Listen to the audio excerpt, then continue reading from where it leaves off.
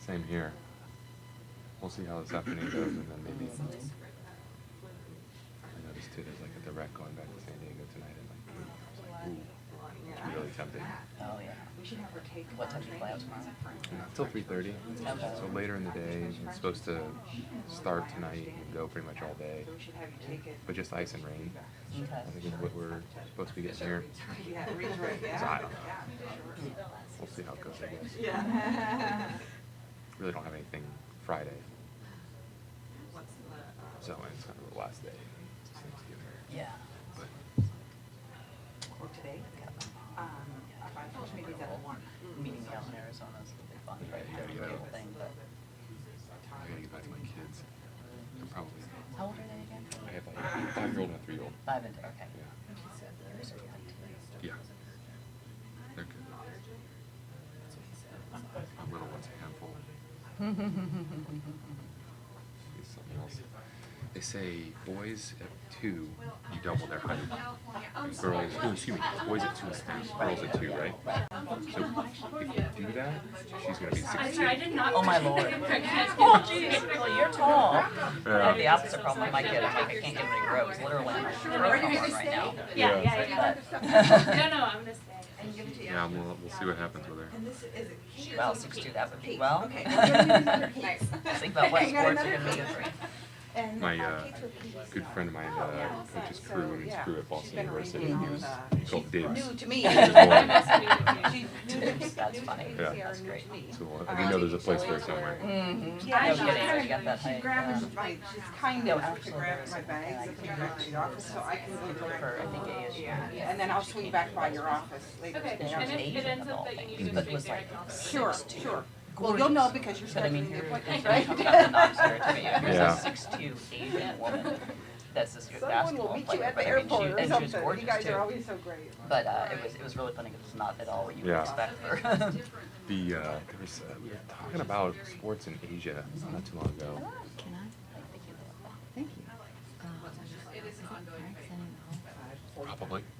Did you guys speak of Jamie said he was going to bring him in when he was here. Okay, great. I didn't know if he was here yet because I'm trying. We It's have a okay, couple. there's a lot going on back. Is Jamie up? You know. He was the one in the blue suit that came in. Oh yeah, yeah, he's standing out there. Then that's Frank.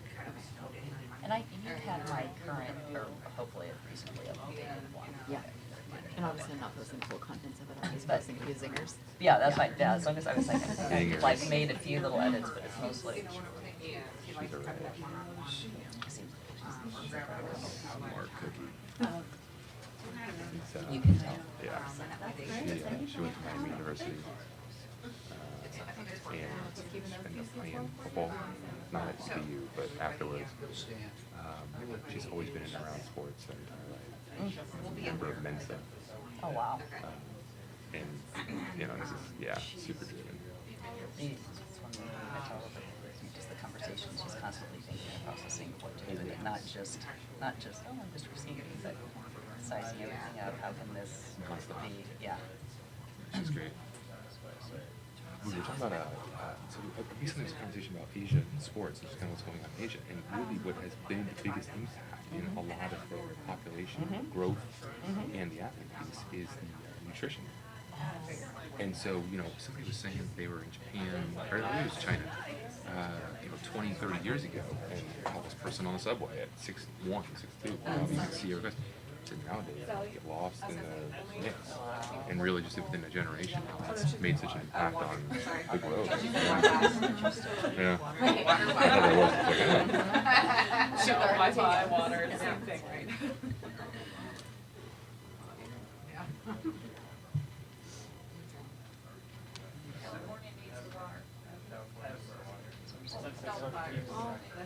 Comments, and then music background, and then Yeah, it should really. I don't imagine it was going to be that long. If when press ever comes in, we'll field a few questions here and there, but Frank will do these jackets a lot. With whatever, I think that's what Joe's going to try. Make sure he's got some good stuff that was put into the queue. So I think, really the opportunity for us to extend and move points is in that queuing section. No time limits.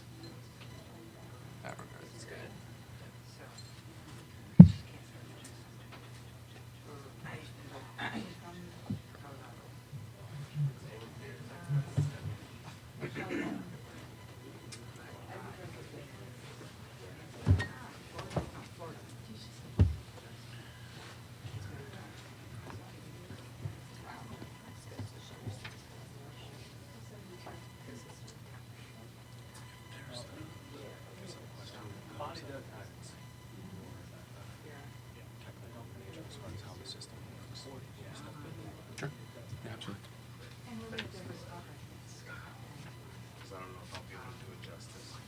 No worries.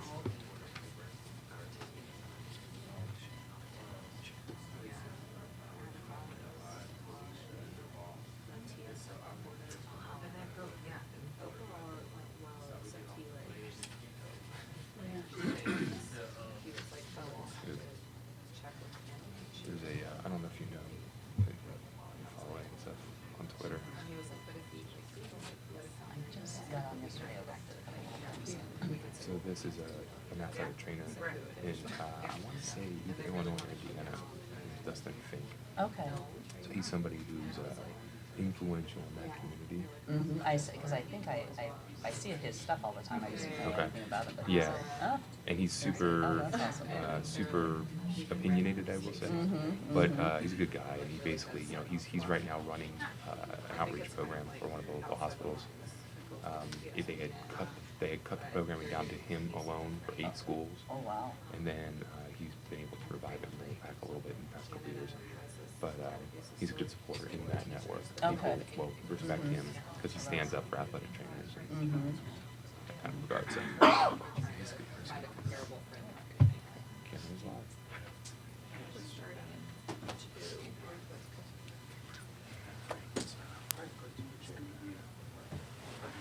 Frank, Charlie, how are you? Very good. How are you? Thanks for being here. Jennifer with Nice to meet you. And you're Shelley? Pleasure to meet you. So basically, what we'll do is we'll just introduce in the order that we are, and we'll just go. He'll do a quick opening statement. You'll do a quick opening statement. We'll do a quick opening statement. Then we'll start. If you're comfortable sitting and doing the opening statement, you can do that. That way we don't have to have the shuffle. and getting around to the mics. If you want, just pass the mic. Probably be easier. But that's up to you. So. Chris, is that good? Or do you want to use the podium for the announcement? Or this opening to remark, or do you just want to stay in the seat? Yeah, I'll use the podium. Okay. Okay. And then when we go to questions, I'll stand up here. Okay. I'll give you this mic. Okay. And then just answer the And then questions. we'll just pass it. Right. Okay. Well, they'll have one, and you'll Okay. keep one. Perfect. So. Thanks. All right, thanks for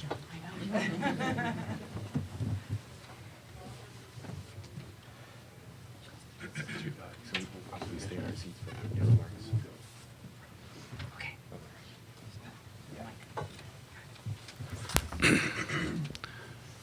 Okay, welcome to the National Press Club, Bloomberg Room. Good morning.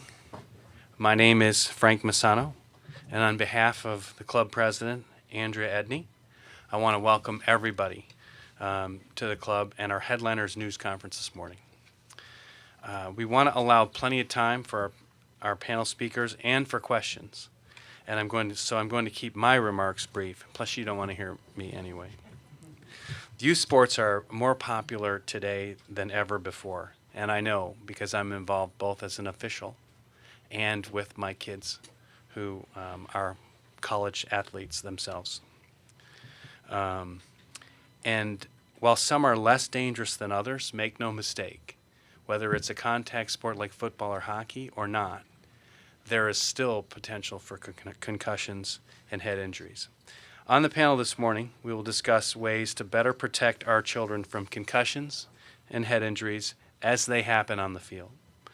As a parent, again, sometimes this is an issue that I care deeply about, and we're paying attention to deeply as participants in the game. And I will tell you from firsthand knowledge, when I see a kid who is potentially dizzy or at risk, we send them right off the field now. It's a big change from where we were 5-10 years ago as athletes. Even in high school, we see baseline testing. The minute those kids come in for fall and for spring sports, the first thing their trainers are doing at their schools is baseline testing those kids. So again, a big difference from where things were when I was a high school athlete, college athlete. So I'm excited to have this distinguished panel today. We're going to have some interesting and good announcements. I know there's a lot of people tuning in as well, so welcome to you. I'm going to introduce the group with us here, and then we'll let them speak briefly and then take your questions. With us is Chris Moore, CEO of U.S. Youth Soccer, the largest youth sports organization in the U.S. Also with us is Charlie Wund, President and CEO of Injury Free, a technology service that is involved in risk management for youth sports organizations and school districts. Jennifer Wethy, Mayo Clinic neuropsychologist.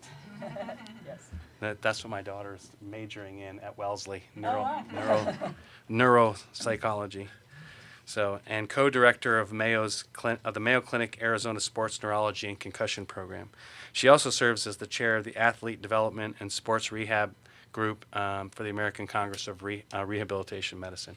And finally, Shelley Foale, got it right, President and CEO of U.S. Center for Safe Sport. And I will say, last night I just did Safe Sport again because I have to do it it seems like, and my kids are umpires too, so I have to do it for them too because to be registered, you have to do Safe Sport. So, whose mission is obviously to make athlete well-being the centerpiece of the nation's sports culture. So we'll hear briefly from them and take questions for the remainder of the time. I'm going to turn it over to Chris and say welcome to everybody.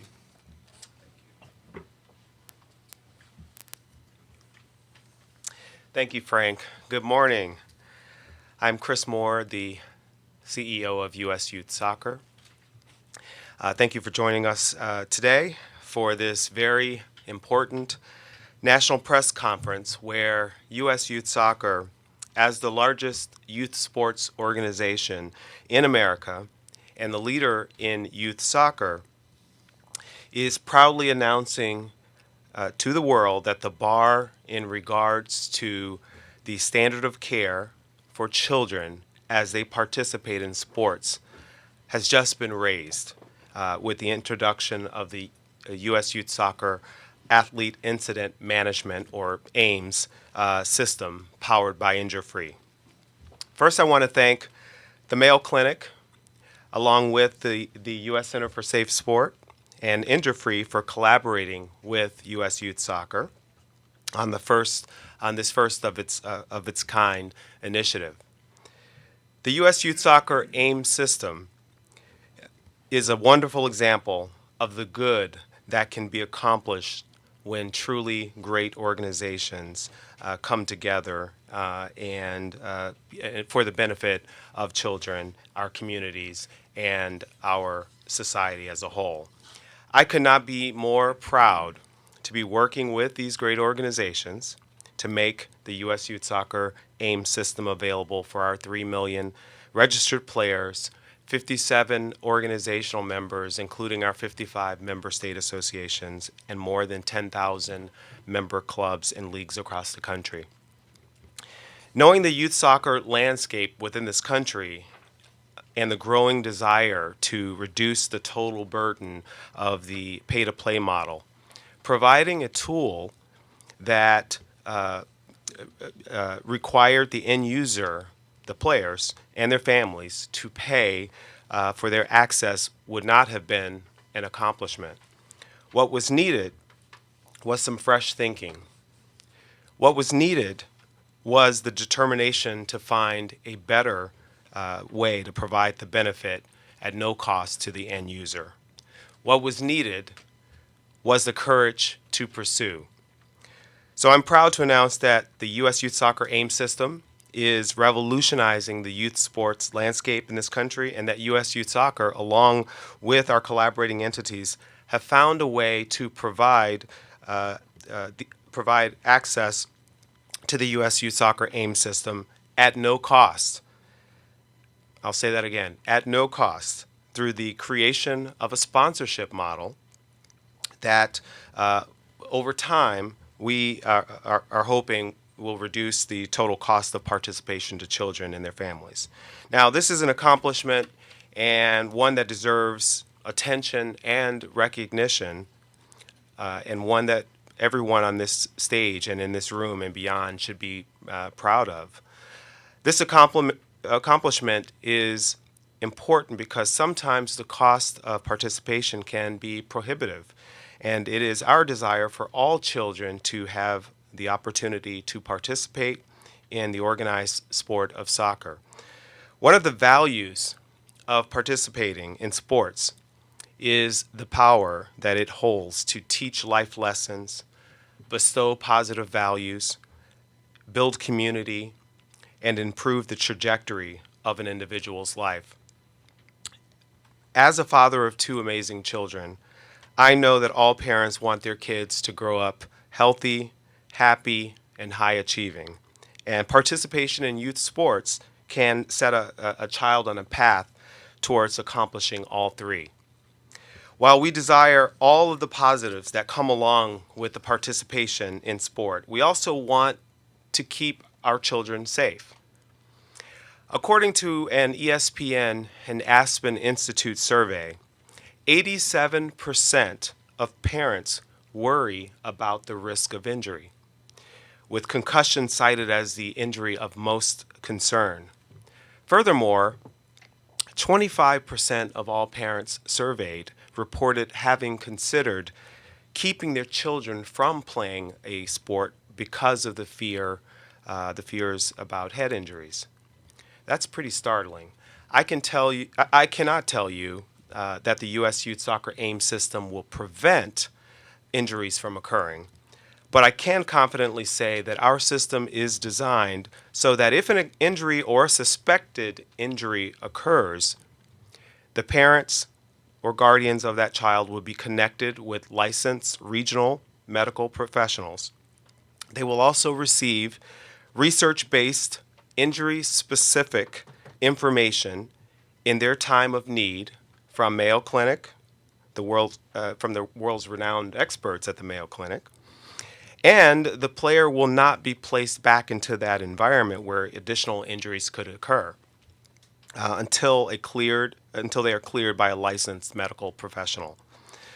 Additionally, the de-identified aggregated data over time will be used to inform educated decisions with regards to training and competition guidelines, optimal training and competition durations, weather conditions to include temperature and other factors. As a young athlete growing up in Chicago, Illinois, I remember how much youth sports meant to me.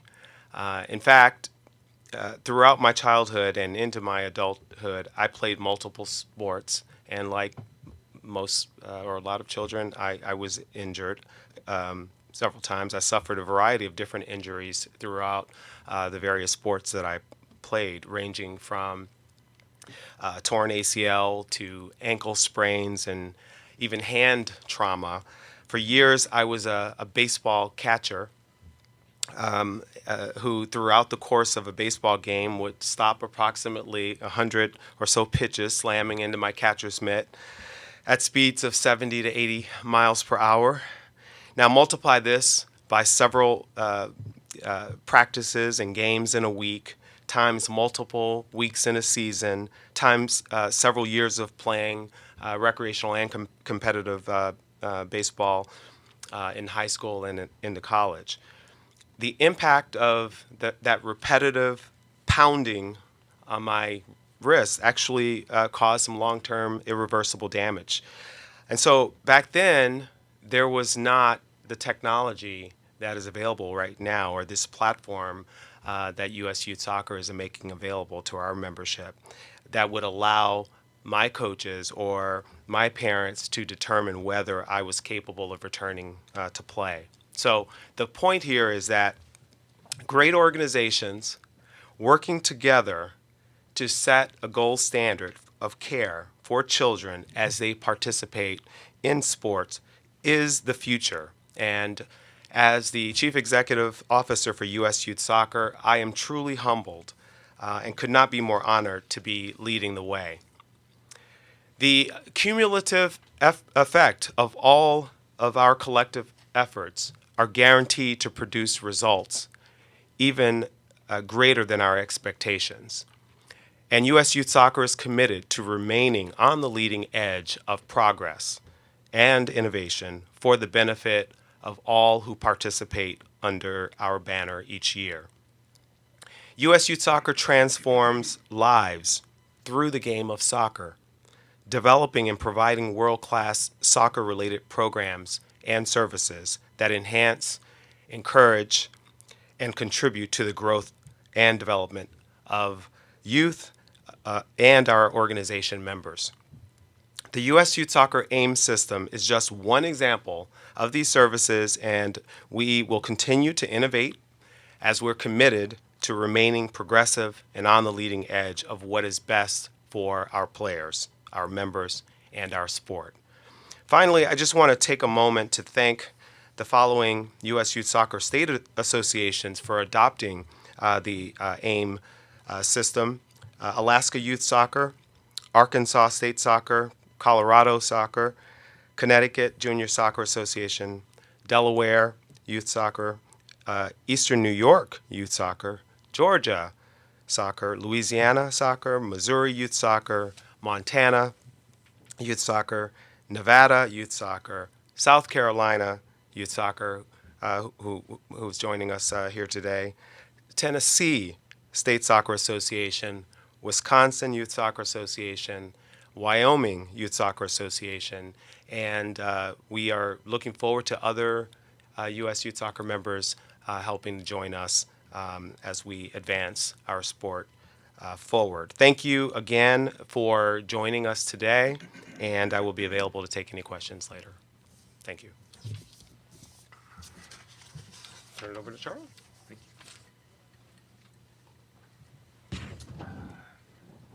Good morning. Today I'm excited to be here as youth sports is taking a leap forward in the name of sports safety. Over the last 10 years, we've seen dropping participation rates, rising obesity, and participation costs escalating beyond many families' means. Trends that need to be examined and addressed. Injuries, particularly concussions, are headline issues and rightfully alarming parents. At times it felt safety first had become a time-forgotten relic, a credo used by those responsible for the health and wellness of our children that at some point we lost focus of. Well, it's time we dust it off and bring it back. And here today, U.S. Youth Soccer is setting the example for us all as they renew their focus on providing a healthy, safe environment for their participants. As parents, that's all we can ask, yet something we should demand. A youth sports organization prioritizing safety. Leveraging technology and medical industry expertise, we're bringing a previously unavailable level of transparency, consistency, and accountability. All the qualities necessary to be an effective safety solution. As the largest youth sports organization in the country, U.S. Youth Soccer understood the size and the scope of this commitment, and importantly, recognized a successful endeavor would take a technology partner to execute the communication and coordination demands of 3 million families and over 10,000 organizations. Injury is honored to answer that call. Our platform was built in collaboration with youth sports administrators, coaches, and athletes to bring a product that achieves safety training compliance, reduces administrative burden, and aggregates injury data using our increasingly mobile technology tools. Knowing volunteers comprise a majority of coaching staff and operational teams, we focus development on streamlining communication and ease of use functionality to accomplish those objectives. Our role with U.S. Youth Soccer goes well beyond providing technology infrastructure. We're acting in securing strategic partnerships like that with the Mayo Clinic to help support the goals and mission of the national membership and take great pride in understanding the unique challenges that each state soccer association must face. We're excited about this opportunity and our role in the evolution of youth sports. We've already begun laying the foundation and are working with state-level administrators rolling out the new U.S. Youth Soccer Athlete Incident Management System and customizing the delivery of all state and federally required education training. We're also working with both the Center for Safe Sport and the Mayo Clinic to centralize the delivery of injury prevention content for the coaches and parents of youth soccer and document mandated completion. Soon, parents in need of healthcare resources will have access to a network of specialty care providers dedicated to providing quality care within 24 to 48 hours to any U.S. youth soccer member family. Additionally, by consolidating the spending habits of soccer families, we'll be able to provide cost-saving opportunity from trusted brands and services, helping to lower the overall cost of youth sports participation. It's an exciting time and an exciting space to be designing solutions for some of the trends we're witnessing in youth sports. Thank you to the National Press Club for hosting us here today. Thank you to all in attendance for displaying your support in this national initiative. Thank you to the Center for Safe Sport, the Mayo Clinic, and US Youth Soccer for collaboration on the issue of child health and for returning safety first to youth sports. Thank you. Okay. Thank you, Charlie. Good morning. Thank you to the National Press Club for hosting us today, and thank you to all of you for being here.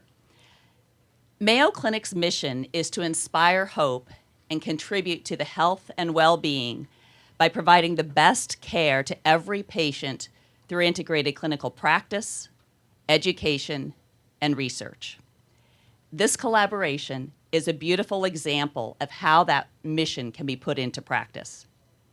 With Injury Free as a technology partner, Mayo Clinic has the opportunity to put its research knowledge into the hands of those it impacts the most, millions of youth athletes across the nation.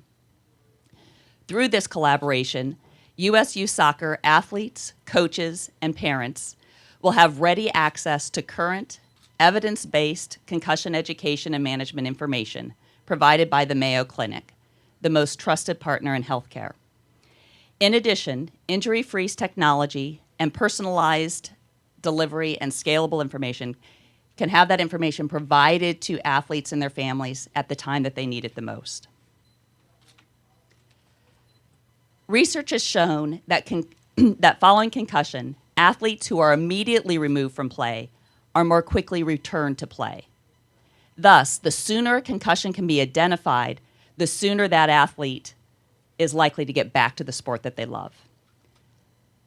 Unfortunately, there is a healthcare disparity in sports.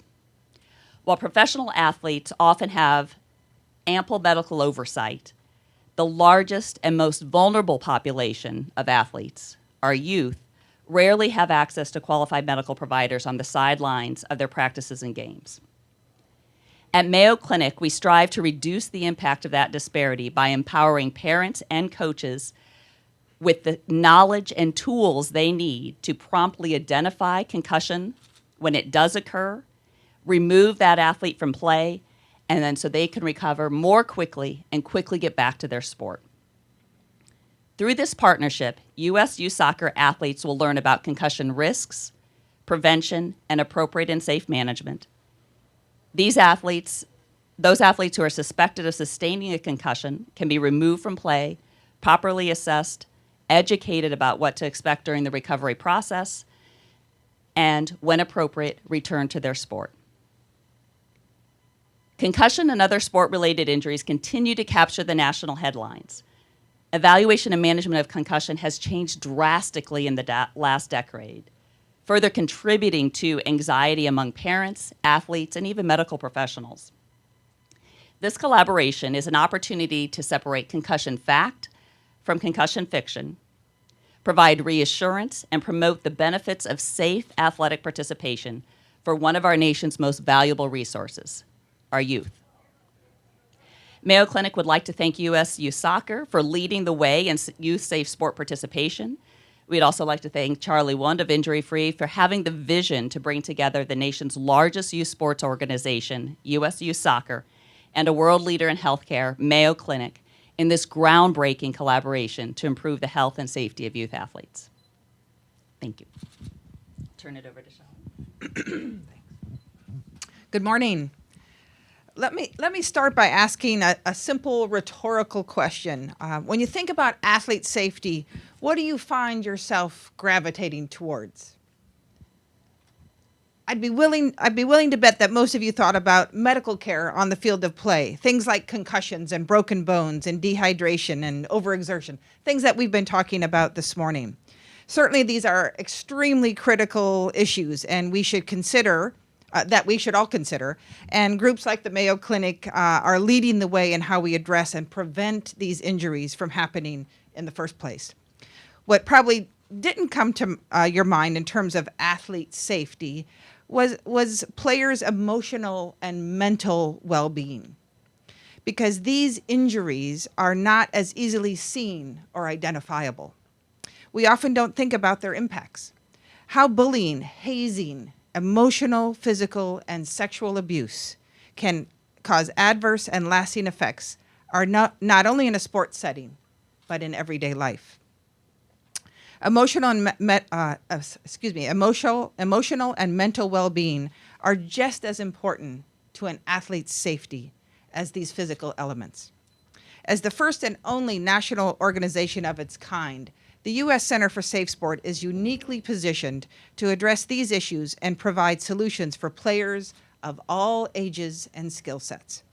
We provide consultation on abuse prevention techniques and policies, and develop best practices and educational programs focused on promoting athlete well-being and putting an end to all forms of abuse in sport. We also serve as an independent and confidential place for individuals within the U.S. Olympic and Paralympic movements, all the way down to the grassroots level, to report sexual abuse. Today, we're here because U.S. youth soccer recognizes that to truly protect our nation's athletes, we must take a holistic approach to safety and expand it to beyond its conventional view to include well-being. That's what U.S. Youth Soccer is doing with its safety-first mindset, and why I'm so thankful to be part of the discussion today. Because U.S. Youth Soccer, using Injure-Free's innovative platform, more than 3 million players will be impacted by USYS coaches, volunteers, and administrators accessing the center's important abuse prevention training and education. Let me say that again.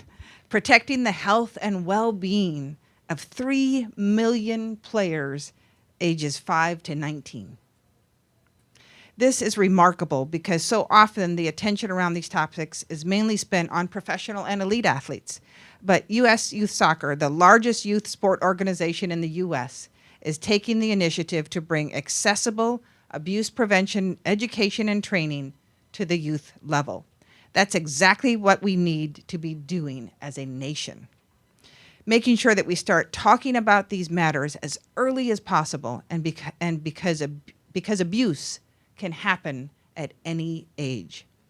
And because of the leadership of those at U.S. Youth Soccer, Injure Free, and the Mayo Clinic, I wholeheartedly believe we can change our nation's sports culture to put forward a safety-first mindset where every athlete's well-being comes first.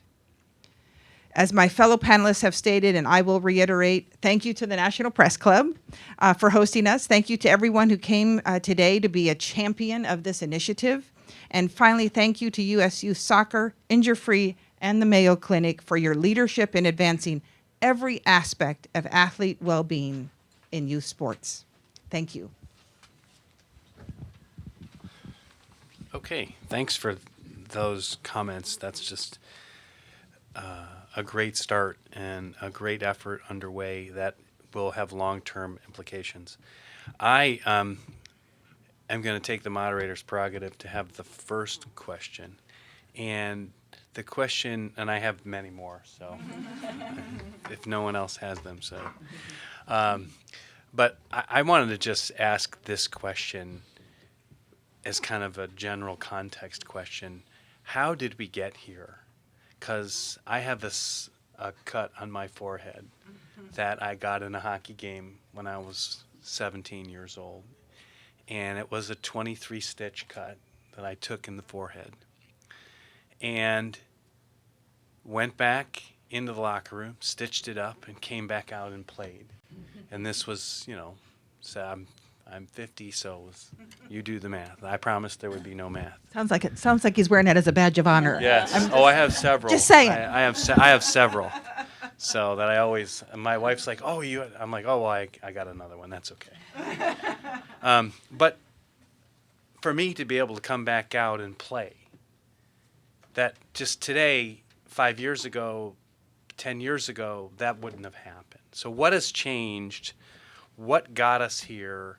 What have you seen in your focus on these issues that have allowed this to bubble up, and where are we going to go next in all of these sports and all of these concussion protocols and things like that? And I guess probably start with Dr. Wethy on that, and then work our way around. You know, as I referenced, I think our recognition and management of concussion has changed drastically over time. You sort of harken back to the days of, and also I remember growing up the same way. It's like, as long as somebody wasn't knocked unconscious, or if they at least knew who they were within 5-10 minutes, we didn't really worry about them, right? We now know that less than 10% of concussions are associated with a loss of consciousness. So some of these, we're sort of recognizing even some of these milder hits that cause, sort of the bell ringers that cause some symptoms are worth noticing. And it's really hard to tell if something that sort of seems like, oh, I got my bell rung, is just sort of getting a bell rung, or is really a concussion. A lot now we recognize that sometimes those things really are concussion.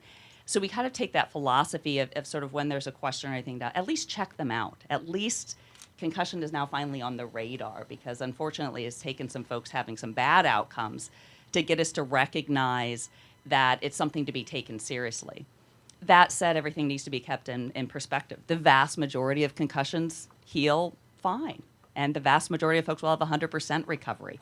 But again, in those early stages, it's harder to predict, and we're also finding that appropriate management, as I referenced, sort of getting somebody immediately removed from play, greatly increases the likelihood that they're going to go back to play soon and without any lasting effects of things. So I think there's that recognition.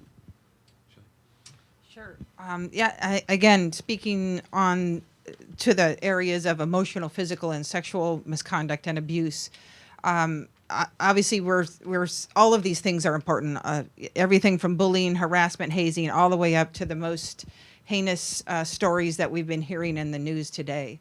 I will tell you that because our organization has no statute of limitations, I will tell you there are a lot of courageous people coming forward with equally horrendous stories from decades ago.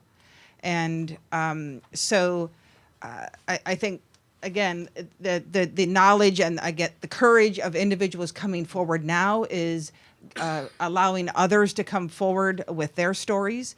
And just like with concussions, it's equally important that we focus on prevention, right? So we've got to do more and better collectively, and that's why I'm so excited about this partnership. But to put the training out there, the education, not only for the coaches and the athletes and the volunteers, but for the parents as well. And we have so many parents coming forward saying, thank you. I didn't know what grooming behavior was until I saw your parent toolkit and the like. So, and because of that, they were able to identify certain behaviors that they were able to stop before they became something much worse. So I think for all of these areas, prevention is really critically important. And then to have the mechanisms in place for when things do occur, whether it's from a head trauma or some other emotional, physical, or sexual trauma. We've got to have the mechanisms in place to address those. I think it's a culture change too. I mean, in any kind of industry where we've seen progression over time, I think there's an understanding that there's always ways to get better. And I think that when we talk about these issues and we talk about how we've gotten here over the years, we've let things slide for a long time. And I don't think it's not at any point that people knew, plenty of people knew.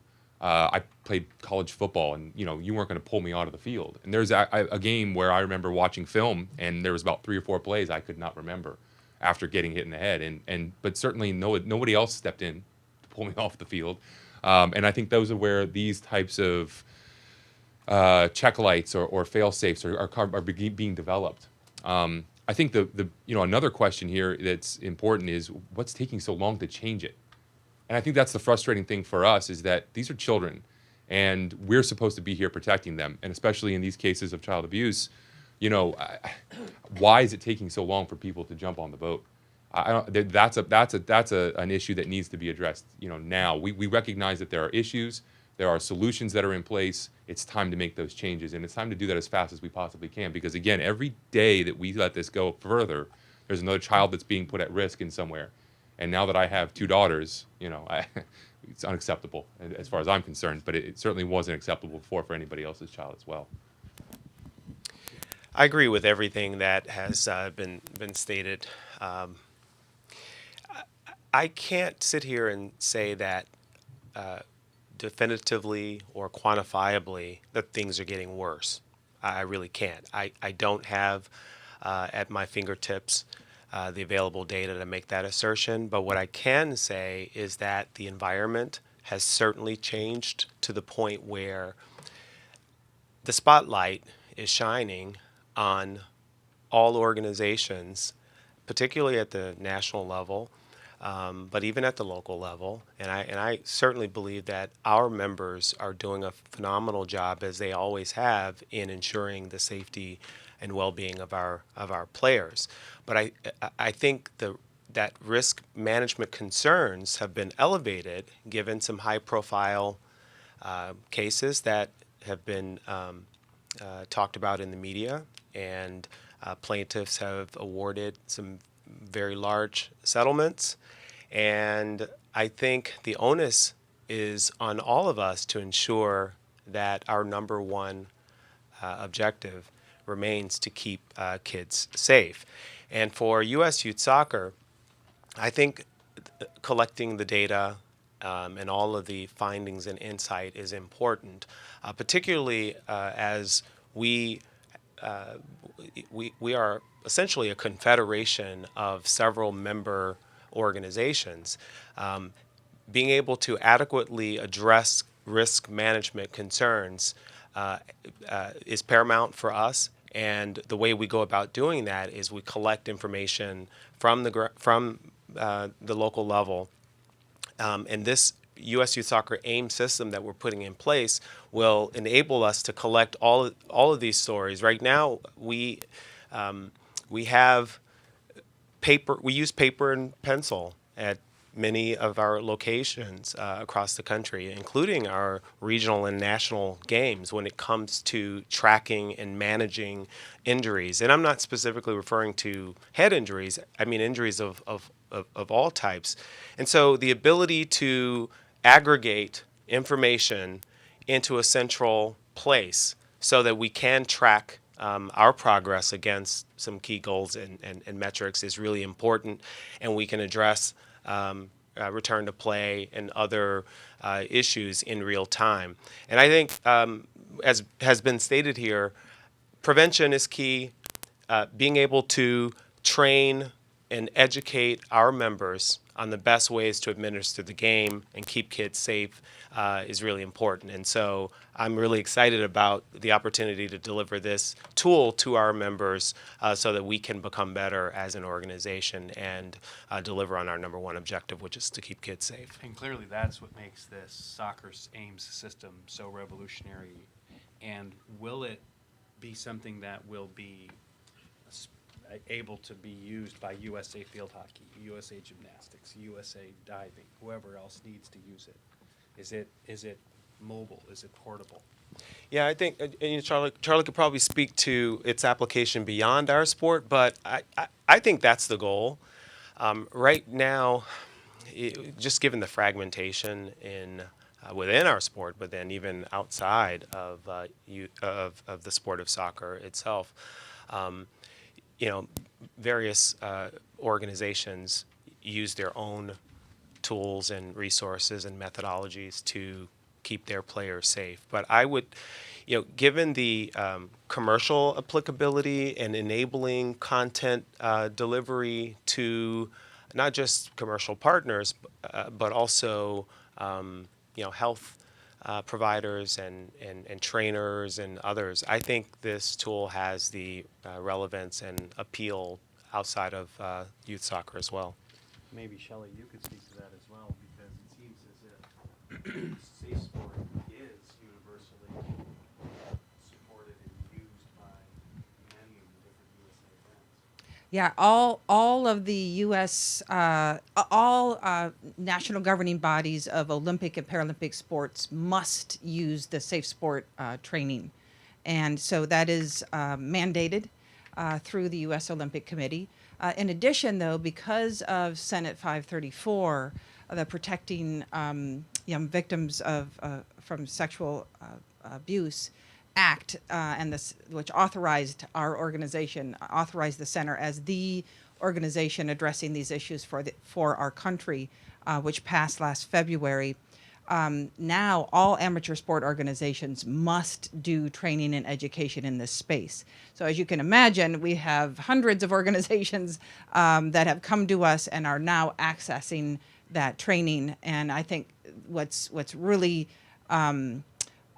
what's really impressive is that being able to do it through this platform, this type of a platform, where again it's holistic and it's and your members know exactly where to go, not only to report but also to get the right information and the training. That's what's unique, and I think will serve as a model for many other organizations. Yeah, there's a couple points here that Chris brought up, and I think to extend what Shelley was saying here as well. So from a technical standpoint, the AIMS platform is a white-labeled solution of what we had created as an injury management documentation tool. So web-based, accessible by anyone from any connected device. We follow a lot of regulatory compliance in that development in and around HIPAA, as well as some of the education privacy laws in FERPA as well. But in we look at, in going back to I think your original question too, how did we get here? It's a great example when Chris mentioned that paper and pencil have been a method for reporting for a long time, and that really has allowed us to allowed the fragmentation in the market to create cracks, and that's where these child predators and these types of slipping under the radar with the concussions are being allowed to live.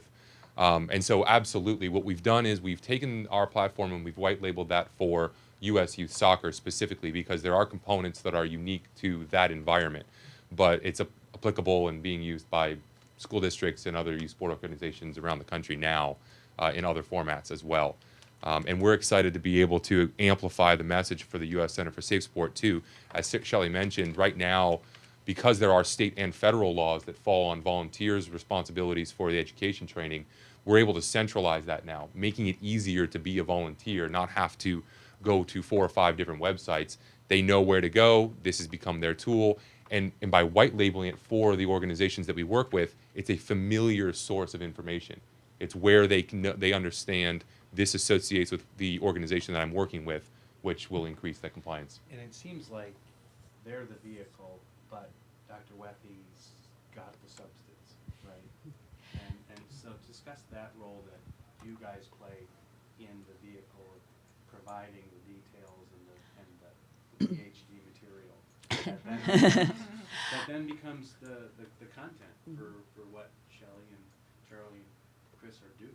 Well, and I think it's, as Charlie said, so injury-free, they've got that technology platform that makes this accessible and familiar, as you said, and it standardizes this type of information going on there. With Mayo Clinic, obviously, we're going to be putting that information about concussion and sport-related injuries, how to identify them, what to do with them, how to treat them, or at least what to expect in those first few days before you see a medical professional out there. With Shelley's information too, again, you have some standardized training, and kind of tagging on what Shelley had said, this is the opportunity to create more of a standardized language. So get folks across the nation knowing what they're talking about. What should we be looking for?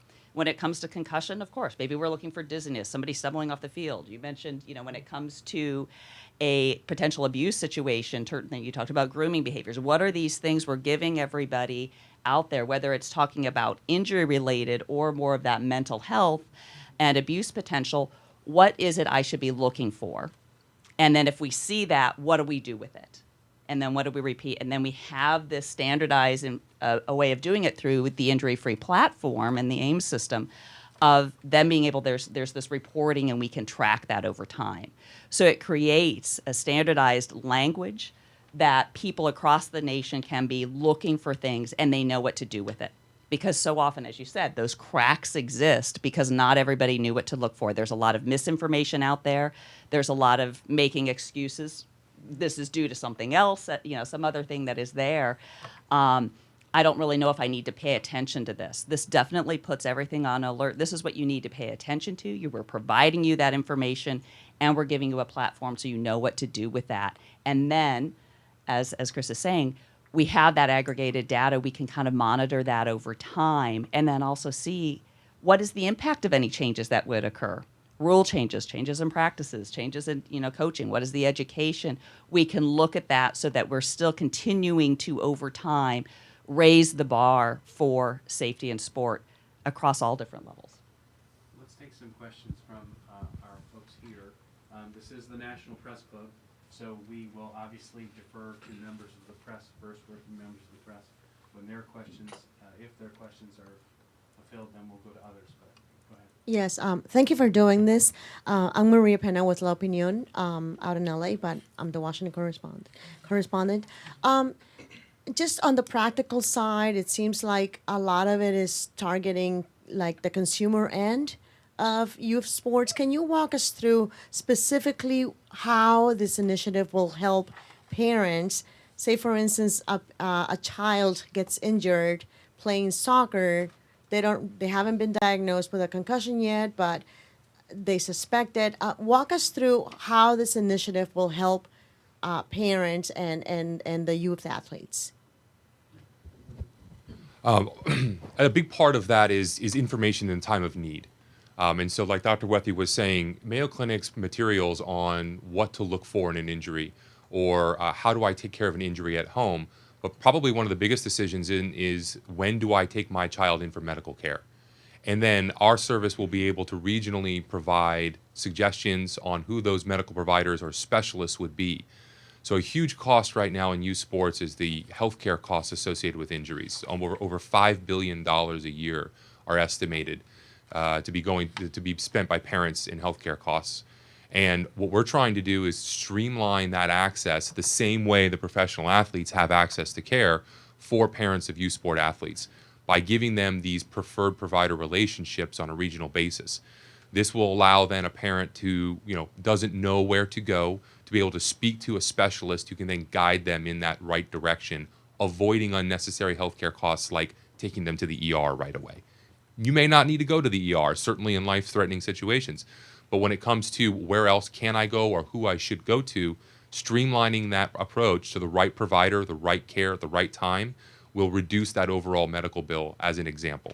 But providing, and like Dr. Wethy said, and I'll let you speak a little bit more about the outcomes then, getting in to see someone sooner improves that long-term process as well. So overall care for the health and wellness for the child.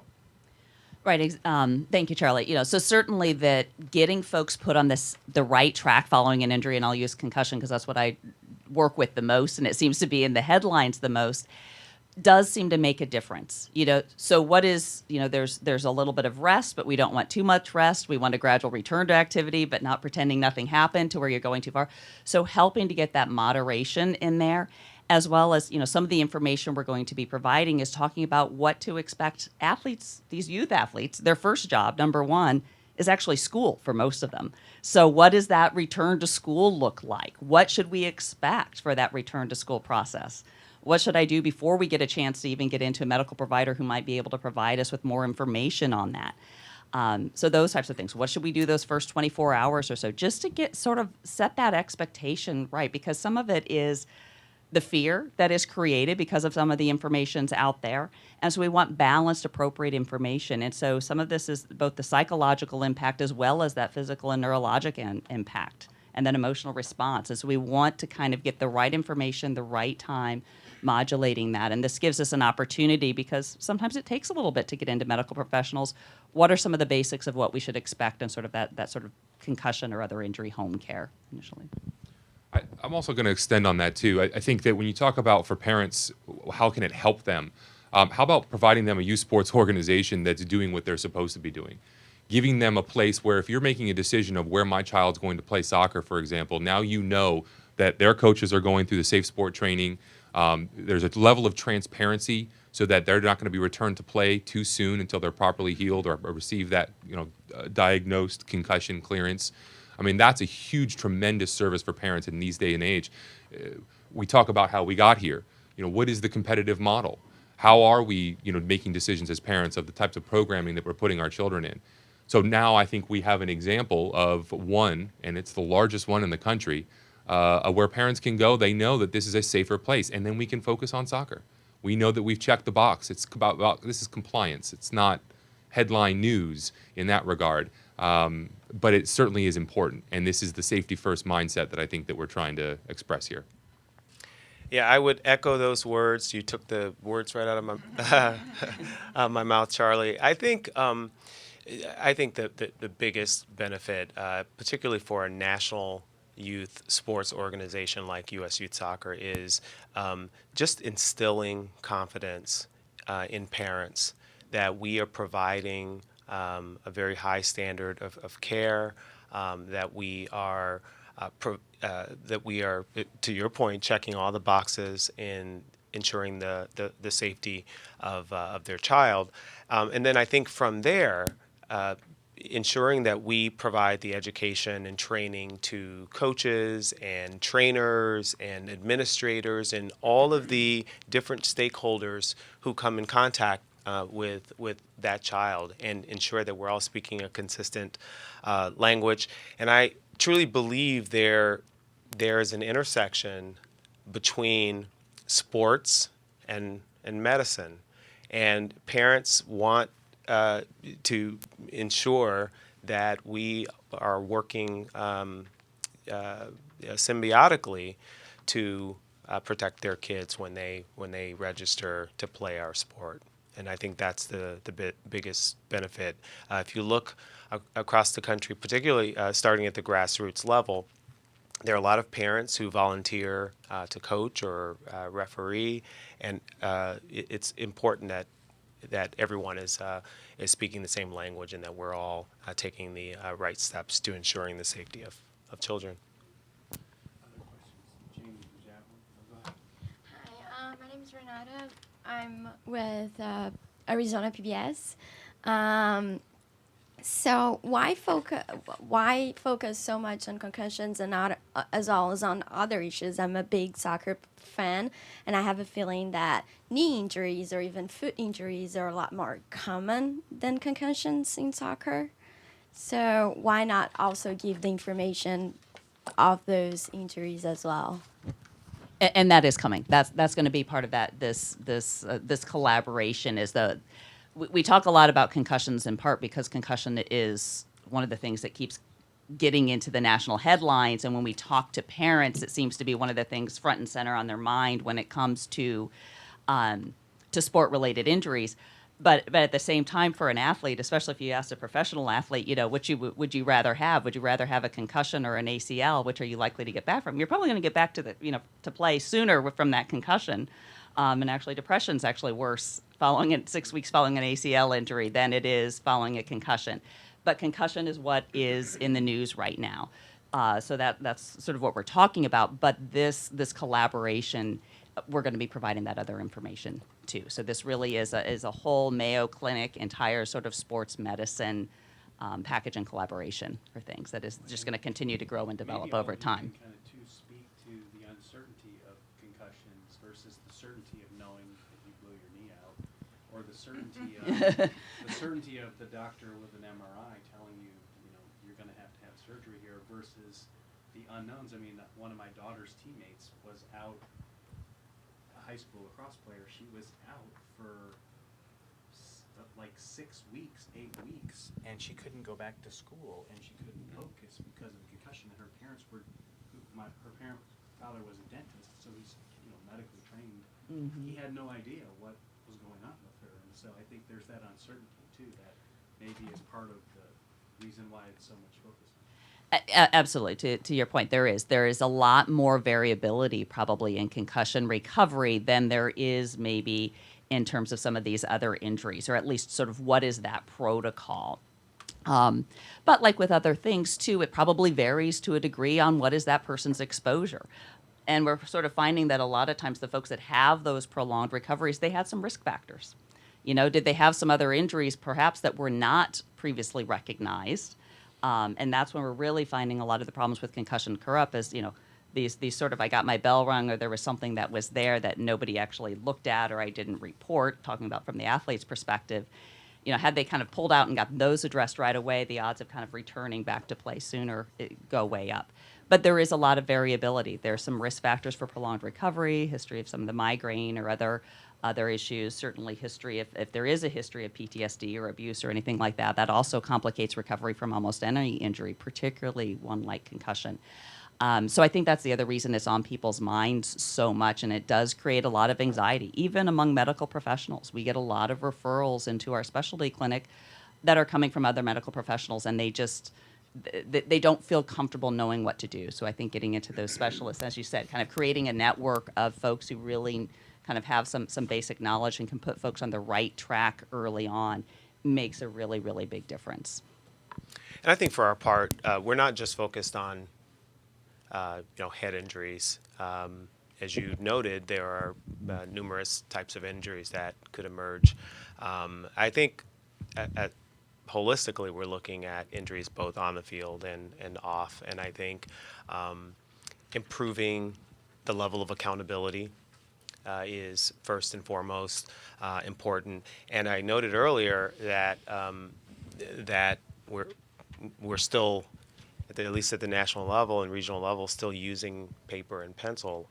I think the goal here is to institute protocol and a technology enabler that would allow us to reduce some of the administrative burden and run the game more efficiently, to be able to track and monitor injuries of all types. And I think the incorporation of the Safe Sport information will go a long way in helping, to Shelley's point, the emotional and mental well-being, and giving that parent peace of mind as well.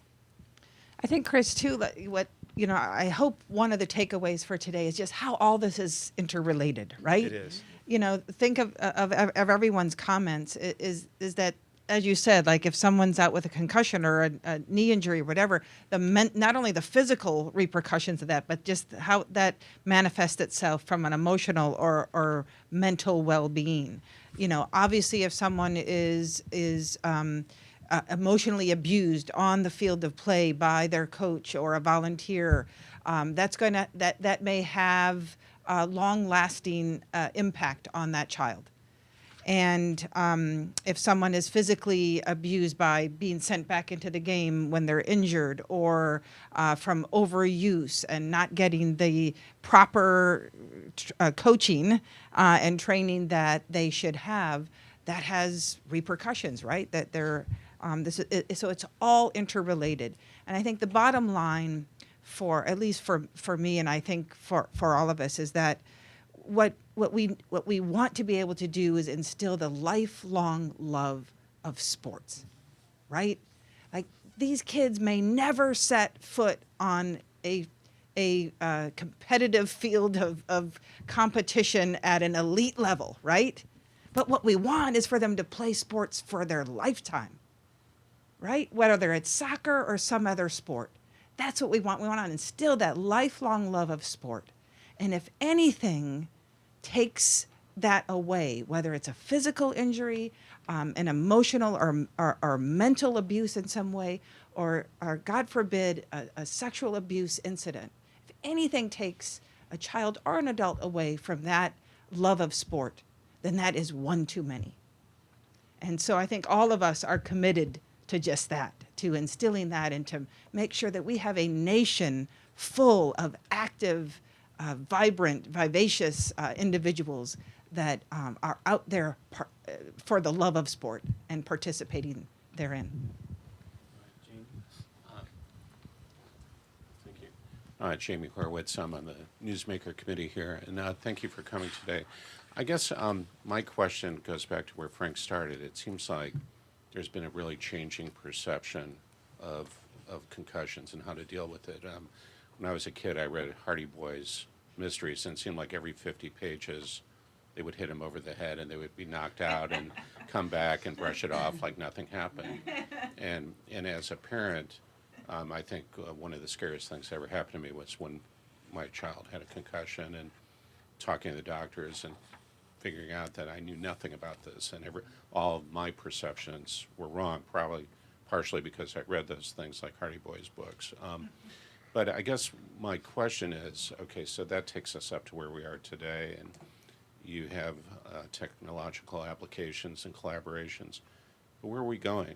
Are we going to have devices in the future where you'll be able to instantly know whether somebody has a concussion and when they're through with it? Can you sort of paint a picture of what the future might look like down the road? And let me just add to that too, because that's a great question.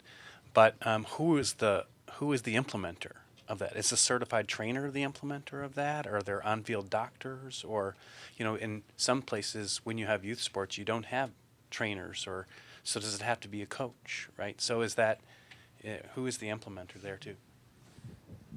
Couple things, and even coming back to the earlier question about why we're talking so much about concussion, I think part of it is that's concussion and now a safe sport.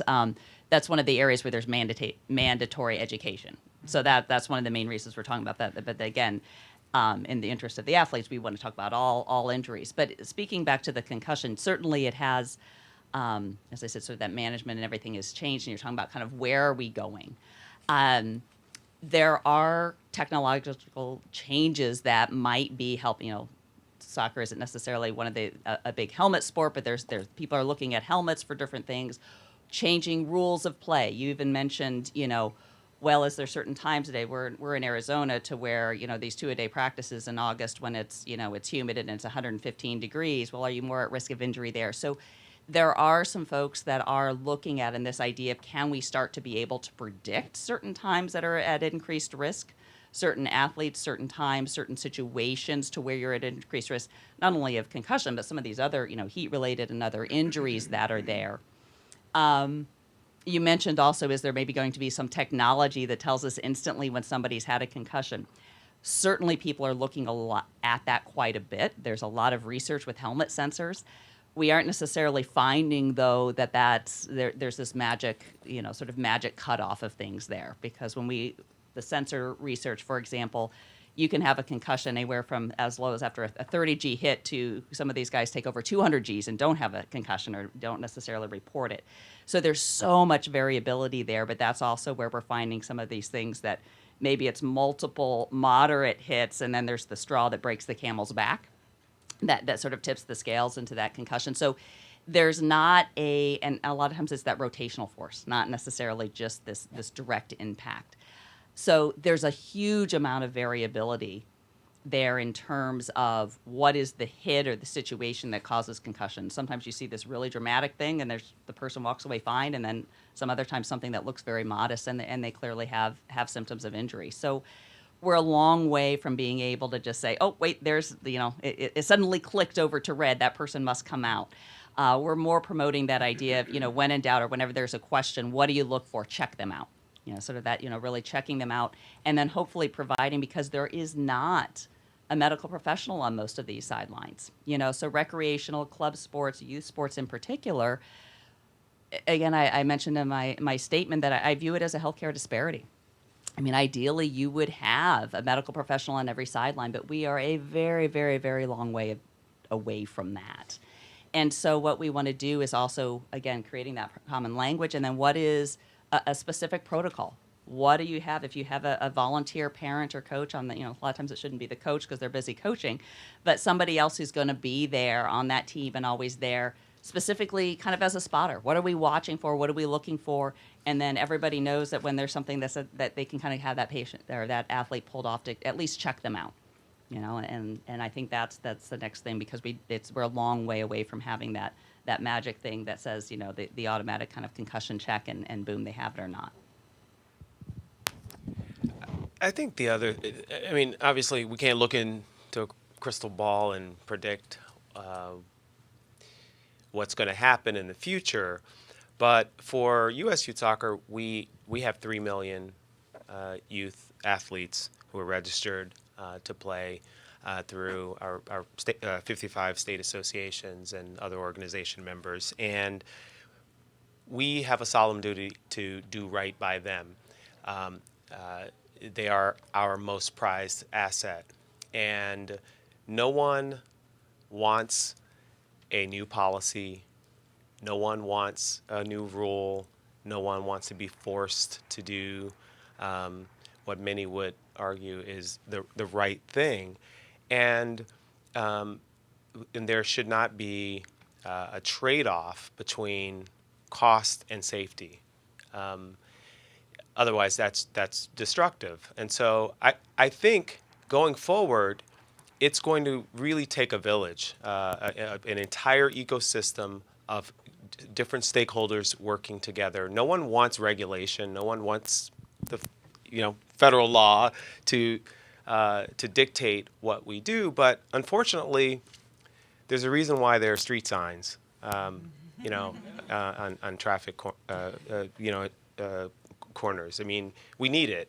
There needs to be structure, and I think having an ecosystem of caregivers, parents, athletes, member clubs, administrators, all of these different stakeholder groups who are expected to provide a safe environment for kids. It's going to require that we all work together. And by doing that, it's going to therefore raise the bar in terms of accountability. I think, too, from a technical standpoint, a couple key points. So the system's designed to collect a lot of different information, but it's customizable for every individual club within the soccer environment as well as at a state association. So what becomes a reportable injury? Is it a knee injury? Is it a head injury? Whatever it might be will be determined, and that protocol then is disseminated out through the coach population of the end users, who are those reporters on the field that are responsible for that process. That oversight and connectivity creates a level of transparency. With that transparency, now we can act as a group. Now we can say that the implementers are those that have always been our volunteers who work with our youth parents, those who are there and with the best interest of the kids to provide that environment, that healthy environment for sport for life. Those are the people that are going to be the ones that are going to implement these changes. But we can't make those changes without information and data. That is so important to this. We have been anecdotally throwing darts at trying to solve problems in this environment when all of this information has been on paper and pencil. So all we've done is taken this to an electronic format, which allows us to aggregate that information so that we can see on a regional basis, to Dr. Wethy's point, what time of the year we're seeing increases in, perhaps it is knee and ankle injuries, perhaps it's head injuries, it doesn't matter what it is. We can slice and dice that information now and use that information to make usually data-driven decisions moving forward, but often just answer or ask more informed questions. What don't we know from this point now? But we've got to have that baseline, we've got to have that ground zero, and then, like Chris said, we can implement that through the ecosystem moving forward as a group. That's the only way we're going to scale anything. Okay, well, this has been a hugely wonderful discussion, and I'm going to ask one last question here for you all to close out on. And it relates to, and in doing so, I would hope that you would tell us how we can find more information about Safe Sport and what you're doing at Mayo and Injury Free and the AIMS system. So in addition to this system, will coaches and other parties be able to continue training, be involved, and how can we get more information as we go forward in this process? So let's start with you, Chris. Sure. I think as we are launching the system and recruiting new collaborative partners to join with us, I think there will be increased opportunities for information and education, whether it's Safe Sport, information or injury prevention data and information. But the point is that as we have more of our members who adopt the system and generate greater interest on the part of outside organizations, there won't be a shortage of educational data or prevention information out there to help guide some of our decisions.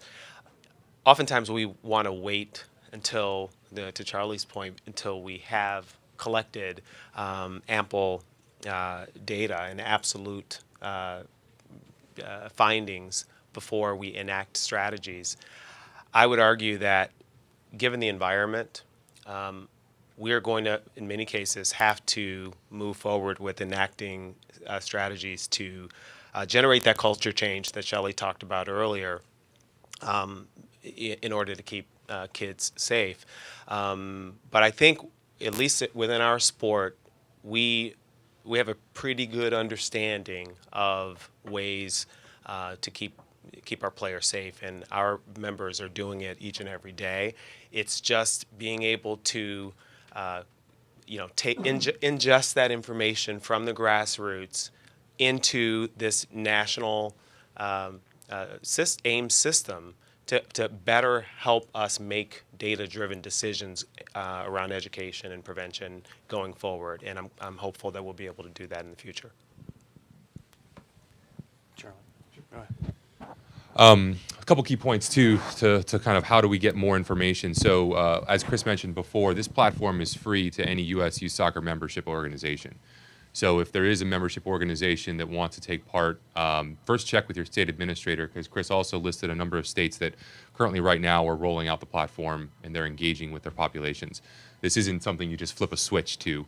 There is a process that we've learned over time that is effective in capturing that culture change. So it's going to take a few months for us to get it all the way rolled out, so to speak.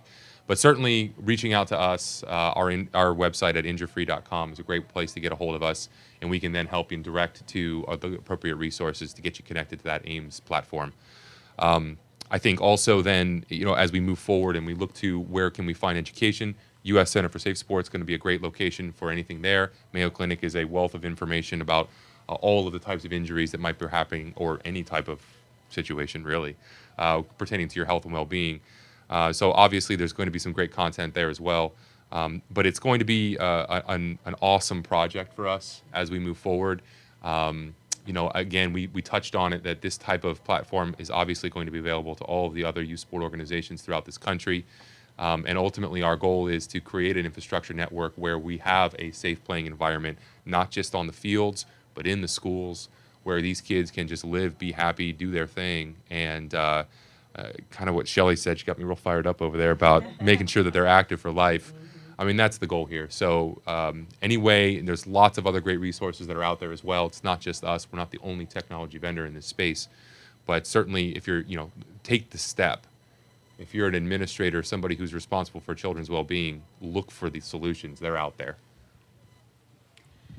Just to add, and thank you, Charlie. I think Charlie summarized things very well. But I think just moving forward, the type of synergy that is, the potential synergy of this relationship, this is just sort of this initial level of things. And then it's just going to continue to grow and to develop.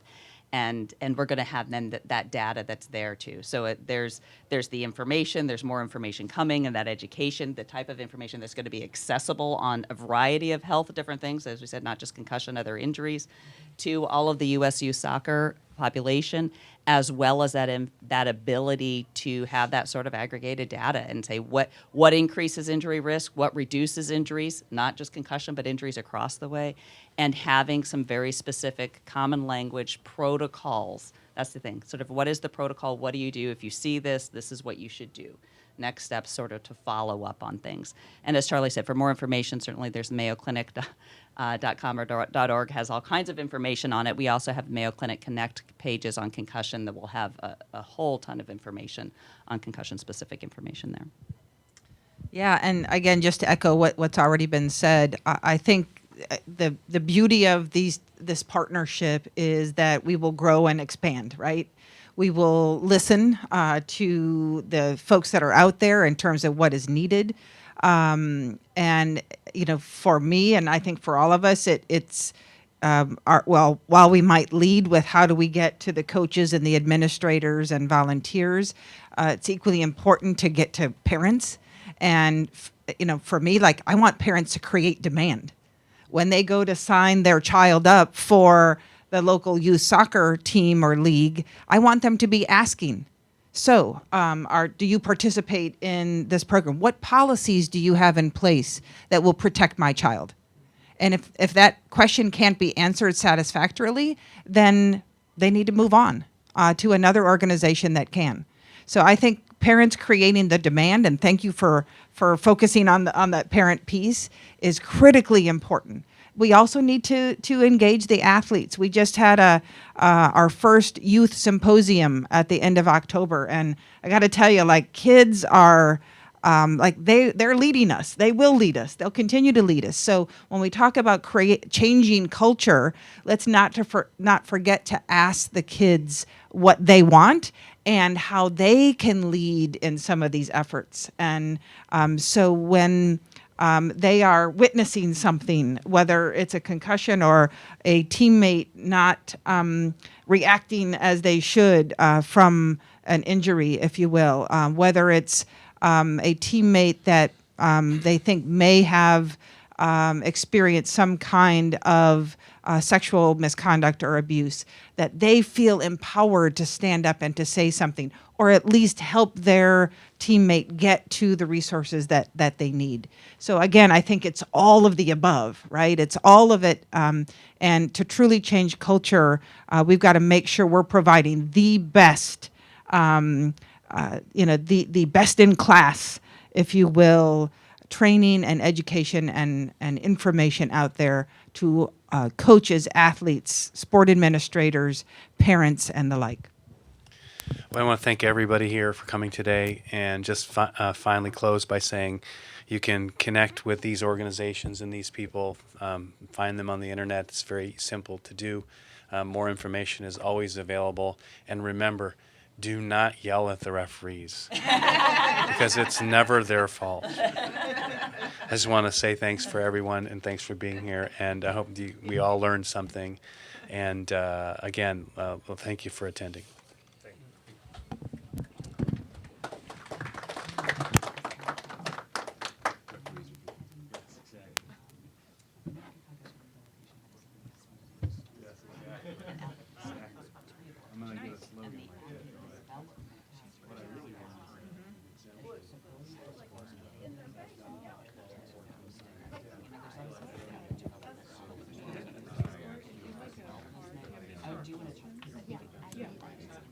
I'm just thinking, mulling over how to Absolutely. And so they already have that one in there, but I think that my make that into a but standard. I was thinking more of a There's certain Love it. Love it.